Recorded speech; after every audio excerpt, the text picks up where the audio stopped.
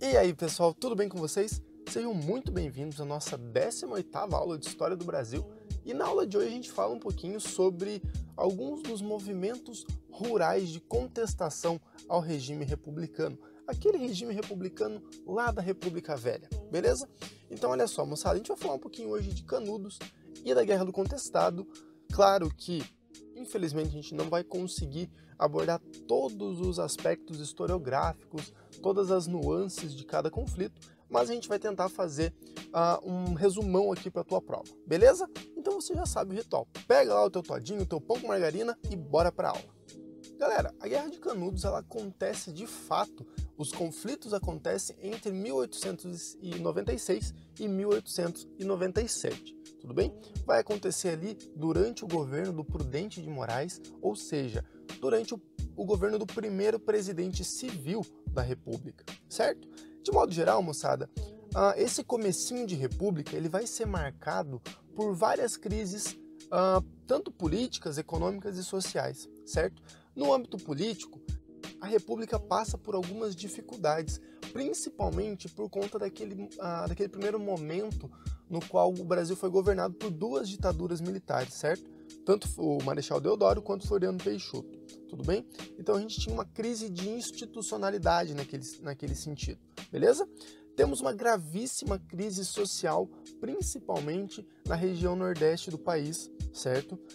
Essa crise já vem lá desde do fim do ciclo do açúcar, do começo do ciclo do ouro, certo? Onde os desenvolvimentos econômicos deixam de estar concentrados ali no litoral nordestino e passam a estar localizados mais na região sudeste e sul do país, beleza? Além disso, essa crise social ela é extremamente agravada por conta dos ex-escravizados que não têm oportunidade de inserção social. Na verdade, a crise não é por conta dos escravizados, e sim porque o governo não teve um plano para reinserir o negro escravizado na sociedade após o fim da escravidão, certo?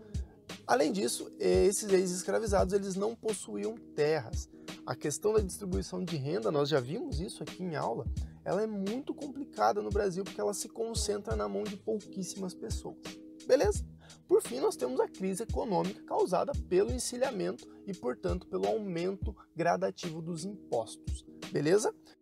Essa crise social e econômica, ela também vai ser muito agravada por conta da falta de chuva na região nordeste e, portanto, das secas. Beleza? Bom, moçada, você já deve ter percebido que a condição de vida das pessoas lá do Nordeste, nesse comecinho do Brasil República, era bem complicada, certo? Além disso, moçada, a gente tem que ter em mente que nesse contexto as pessoas eram muito apegadas à espiritualidade, à religião mesmo, certo? Bom, e é nesse sentido que vai surgir a figura do Antônio Conselheiro, que tinha o nome de Antônio Vicente Mendes Maciel. Ele nasceu lá no Ceará por volta de 1830 e ele trabalhou como rábula, ou seja, uma espécie de advogado sem diploma, beleza? Bom, por volta lá de 1860 ele vai se tornar um peregrino pelo sertão baiano. Então percebe, ele nasce no Ceará, né? E ele vai fazer peregrinações pelo sertão da Bahia, tudo bem? Bom, e o Antônio Conselheiro, ele constrói uma reputação de ser um homem santo e um profeta que irá salvar o sertanejo dessa miséria, tudo bem? Então algumas pessoas vão passar a se agrupar em torno do Antônio Conselheiro, buscando, na verdade, acreditando nessa redenção que ele prometia, beleza, moçada? Então olha só, meus queridos, é nesse contexto de Antônio Conselheiro reunindo muitas pessoas que passavam necessidades que vai se criar, né? As pessoas vão criar o Arraial de Belo Monte ou o Arraial de Canudos, beleza? Lá no sertão da Bahia. Então olha só, esse local ele basicamente foi pensado, foi construído, certo? Baseado numa ideia de solidariedade cristã. De modo geral, os fiéis do Antônio Conselheiro e os fiéis católicos eram atraídos para ficar nesse local, certo? Posteriormente, o local vai atrair também o interesse de algumas pessoas, como indígenas e ex-escravizados. Percebam que As pessoas que se agrupavam no Arraial de Canudos eram pessoas marginalizadas pelo Estado, certo? Eram pessoas colocadas à margem da sociedade pelo próprio Estado brasileiro, pela essa nova república, beleza? Então o Arraial era uma espécie de refúgio, tudo bem? E olha só, moçada, entre 1893 até 1897, quando Canudos acabou, o Arraial chegou a abrigar cerca de 30 mil pessoas. Então eram muitas pessoas que buscavam a proteção e viver de modo melhor no Arraial de Canudos, certo? É claro que isso vai causar algum incômodo para as instituições. Vamos entender por quê. Olha só, Canudos era uma cidade, se tornou quase que uma cidade independente, porque eles não tinham impostos e não tinham uma regra necessária para as pessoas entrarem em Canudos, beleza? E se tornou uma cidade tão relevante que passou a ser a segunda maior cidade da Bahia, perdendo só para Salvador, que é a capital, certo? Então, assim, para as outras regiões, para os outros governantes, para os fazendeiros, Canudos ficou conhecida como uma espécie de cidade sem leis, beleza? E é claro que isso começou a incomodar muitos fazendeiros e o próprio governo do estado, de algumas cidades vizinhas, passavam a se incomodar com o Arraial de Canudos, beleza? Muito porque existiam diversos trabalhadores que eram atraídos para Belo Monte, ou seja, trabalhadores que não iam trabalhar, portanto, com esses fazendeiros e nessas outras cidades vizinhas. Bom, moçada, ainda em 1893, vão começar os primeiros conflitos, os primeiros confrontos entre as pessoas que moravam ali em Belo Monte, que eram chamados de conselheiristas, e os militares, certo? Algumas pessoas, inclusive, que tentavam entrar no Arraial de Canudos, eram reprimidas ou mortas pelo exército.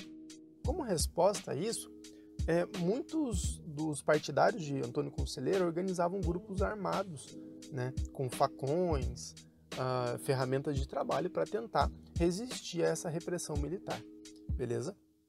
Mas olha só, galera, o estopim da treta vai acontecer só em 1896. O que acontece? Para a construção de uma igreja em Canudos, os conselheiristas e o próprio Antônio Conselheiro precisavam comprar madeira da cidade de Juazeiro. Se vocês olharem no mapa, a cidade de Juazeiro fica bem próximo do Arraial de Canudos.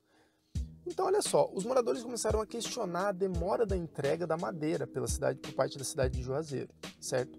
Mas o que eles não sabiam é que estava rolando um boato lá em Juazeiro de que a cidade seria invadida pelos conselheiristas. É bom lembrar que, nesse contexto, a mídia nacional já colocava os conselheiristas como pessoas, como marginais, certo? Não como pessoas que buscavam sair desse regime republicano, certo? Então, o governo brasileiro pintava essas pessoas como bandidas, etc, etc. Beleza? Então, olha só, o prefeito de Juazeiro, temendo essa possível invasão de conselheiristas, vai solicitar o apoio do governo do estado, ou seja, o apoio militar. Beleza? Então, depois de muitos dias de espera desse tão esperado ataque até a cidade de Juazeiro, por volta de 125 militares partem para Canudos, claro, para tentar reprimir o movimento. É claro que dá errado, porque os conselheiristas conseguem vencer esses 125 militares e a partir desse momento os conselheiristas passam a ter também armas de fogo roubadas desses próprios militares que tentaram invadir o Arraial de Belo Monte. Certo, meus queridos? Moçada, olha só, houveram diversas tentativas por parte do governo, por parte dos militares, de tentar invadir Belo Monte. O que acontece? Lá em 1897, houve a segunda expedição militar, por volta ali de 250 militares foram derrotados novamente. Como eu comentei com vocês, dessa vez a resistência de Canudos já contava com armas de fogo, beleza? O que facilitou um pouco a resistência, certo? Aí, moçada, olha só, nesse contexto, o presidente da República, que era o Prudente de Moraes, começou a divulgar na imprensa que o Antônio Conselheiro era um líder de um movimento revolucionário contra a República e que visava reinstalar a monarquia. Isso é bem complicado. Olha só, é bom que a gente saiba que o Antônio Conselheiro ele acreditava que a República era um regime pecador, ou seja, ele não era muito favorável a República. Ele acreditava que a deposição de Dom Pedro II foi feita de modo golpista, como de fato foi, certo? Mas afirmar que Antônio Conselheiro queria reinstalar a monarquia é muito errado, certo? Então o objetivo de Canudos não tinha o objetivo de reinstaurar a monarquia. Isso é errado, tudo bem? Isso inclusive pode aparecer na tua prova como uma espécie de pegadinha. Então fiquem bem atentos. Antônio Conselheiro, ele era contra a República, mas ele não tinha o objetivo de reinstalar a monarquia. Beleza? Moçada, lá por volta de abril ainda de 1897, vai acontecer a última expedição militar até Canudos. Contando agora com muito mais soldados e muito mais peças de artilharia, a tropa conseguiu cercar o Arraial de Canudos e, sob o comando do ministro da Guerra, Carlos Machado Bittencourt, conseguem de fato cercar o Arraial e acabar com a guerra. Nesse contexto, moçada, Antônio Conselheiro já tinha morrido, provavelmente por conta de complicações devido a um jejum que ele se submeteu como penitência pela guerra, certo? De modo geral, o povoado ele foi incendiado e alguns homens que se renderam foram degolados pelo exército, tudo bem? Então, assim, cerca de 25 mil pessoas morreram em Canudos. Mas aí você me pergunta, por que reprimir Canudos? Bom, de modo geral, o governo brasileiro, o Estado brasileiro, o Estado enquanto instituição, enxergava Antônio Conselheiro como uma ameaça, porque ele conseguiu reunir um grupo de muitas pessoas, certo? Em torno de um ideal, que era o ideal dele, tudo bem? E para legitimar isso, basicamente nós temos o Prudente de Moraes veiculando pela mídia que o Antônio Conselheiro fazia parte de uma conspiração monarquista, certo? Então, dizer que o Antônio Conselheiro queria instaurar uma monarquia, derrubar a República e reinstalar a monarquia, serve como justificativa para os atos do Estado, tudo bem? Além disso, moçada, a gente tem que entender que o Arraial de Canudos ele desafiava as bases da lógica das cidades e dos estados brasileiros, certo? Sendo uma cidade sem impostos, sem um prefeito, sem um presidente, sem um governador, beleza? Então isso era visto como muito perigoso para o Estado brasileiro, para o Estado enquanto instituição, tudo bem? Moçada, olha só, vocês viram que eu usei algumas imagens ali de quadrinhos, de HQs, é porque existe uma HQ da Revolta de Canudos que foi roteirizada pelo André Diniz e ilustrada pelo José Aguiar. Eu vou deixar aqui na descrição, caso vocês queiram acessar o conteúdo. Também temos um filme de 1996 que se chama Guerra de Canudos, com a direção do Sérgio Rezende. E para quem gosta de futebol, é interessante pensar que esse filme de Canudos, um dos figurantes é o Daniel Alves, que foi lateral direito da seleção brasileira por 2 Copas do Mundo. Certo, meus queridos? Mais curiosidades à parte, a gente dá continuidade ao nosso conteúdo falando da Guerra do Contestado. A Guerra do Contestado, moçada, vai acontecer ali de 1912 a 1916, certo? Vai acontecer ali entre o governo de Hermes da Fonseca e Venceslau Braz. Aí, professor, eu vou precisar lembrar dos presidentes que estavam governando o país durante esses conflitos? Não precisa. Eu coloco aqui mais a título de curiosidade mesmo, beleza? Olha só, moçada. Vai ser um conflito que vai ser travado ali na divisa dos estados do Paraná e Santa Catarina, certo? E essa região do contestado, como eu disse para vocês, é a divisa entre dos estados e vai ser um local por muito tempo, principalmente durante o Império, que vai ser muito disputado entre Paraná e Santa Catarina, tudo bem? Então, de modo geral, era um lugar que era, de certa forma, esquecido pelo Estado, pelo Brasil.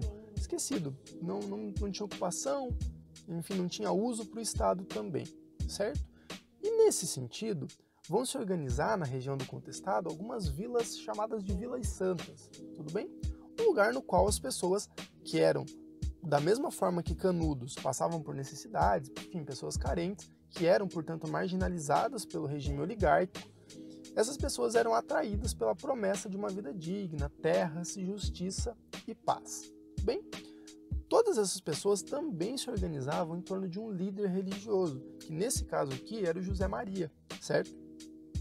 Então, de acordo com esse considerado monge, ali, nessa região do contestado, seria construído um reino onde imperaria a lei de Deus, certo? Então percebam que é bem similar, é bem semelhante ao que aconteceu em Canudos, certo? Algumas pessoas se reúnem em torno de um líder religioso. Moçada, a gente pode entender que a Guerra do Contestado foi pautada na disputa de terras, certo? Entre Estado e empresa e a população. Por que Estado e empresa? Porque assim, o Estado brasileiro, ele forneceu essas terras da região para uma companhia internacional, que era a Brazil Royal Company, certo? Essa empresa tinha como objetivo construir uma linha férrea que ligasse o Rio Grande do Sul até a região de São Paulo, e essa linha férrea ia passar pela região, naturalmente, do contestado. Assim, moçada, essa empresa ela ganhou 15 quilômetros de cada lado da ferrovia para explorar a madeira e as terras, certo? Só que assim, moçada, essas terras, elas não estavam ocupadas pelo governo, mas estavam ocupadas por diversas pessoas, certo? Que eram, inclusive, as pessoas que seguiam o movimento messiânico do José Maria. Beleza? Então, lá por volta de 1900, foram contratados por volta de 8.000 homens, e em 1906 as obras foram suspensas, deixando muita gente desempregada, muita gente sem casa e muita gente passando necessidade. Beleza? Bom, então estava armado o circo, estava armada a revolta, certo? Olha só, seguindo a lógica de Canudos também, muitas pessoas, essas vilas santas passaram a agrupar muitas pessoas, certo? E essa movimentação essa quantidade de pessoas que se reuniam nessa vila santa preocupava os coronéis, os fazendeiros, que vão pedir ajuda do exército, vão pedir ajuda da força pública, certo? Que é o exército nesse contexto. Então nós teremos os fazendeiros e o Estado, né, sendo representado pelo exército, lutando contra os caboclos, que eram as pessoas que viviam nessa região e que lutavam por uma vida digna. Afinal de contas, o Estado marginalizava essas pessoas. Beleza? Então olha só, moçada, lá por volta de 1914, sob o comando de João Gualberto, o exército ataca a Vila Santa. João Gualberto, inclusive, é uma rua aqui de Curitiba, certo? Nessa ocasião, morreram tanto José Maria quanto João Gualberto. Moçada, a guerra chega ao fim em 1916, com aproximadamente 20.000 caboclos mortos pelo exército brasileiro. Claro que também tiveram baixas do exército. O que a gente tem que destacar nesse contexto, moçada, é que as duas revoltas, tanto Canudos quanto Contestados, são em regiões completamente diferentes, né? Nordeste e Sul do Brasil. Só que as duas foram severamente reprimidas pelo Estado, mas demonstravam que a República Velha dá sinais de desgaste, certo? Dá sinais de que o governo brasileiro vai ter que começar a pensar em novas políticas, etc. Tudo bem? Além disso, moçada, nesse finalzinho de Guerra do Contestado, vai ter o primeiro voo militar nacional para identificar o local, tudo bem? Então é uma curiosidade interessante. Beleza, meus queridos? Bom, nesse vídeo também não teremos questões por conta do tamanho dele, para ele não ficar muito longo, mas eu espero que vocês tenham gostado, espero que vocês tenham compreendido. Lembrem-se que é necessário sempre dar uma aprofundada mais no conteúdo, dar uma pesquisada na internet, tudo bem? Porque a gente não consegue dar conta de todo o conteúdo no cursinho. Certo, meus queridos? No mais é isso. Um beijo no coração de vocês. Fiquem todos bem e tchau. Até o próximo vídeo.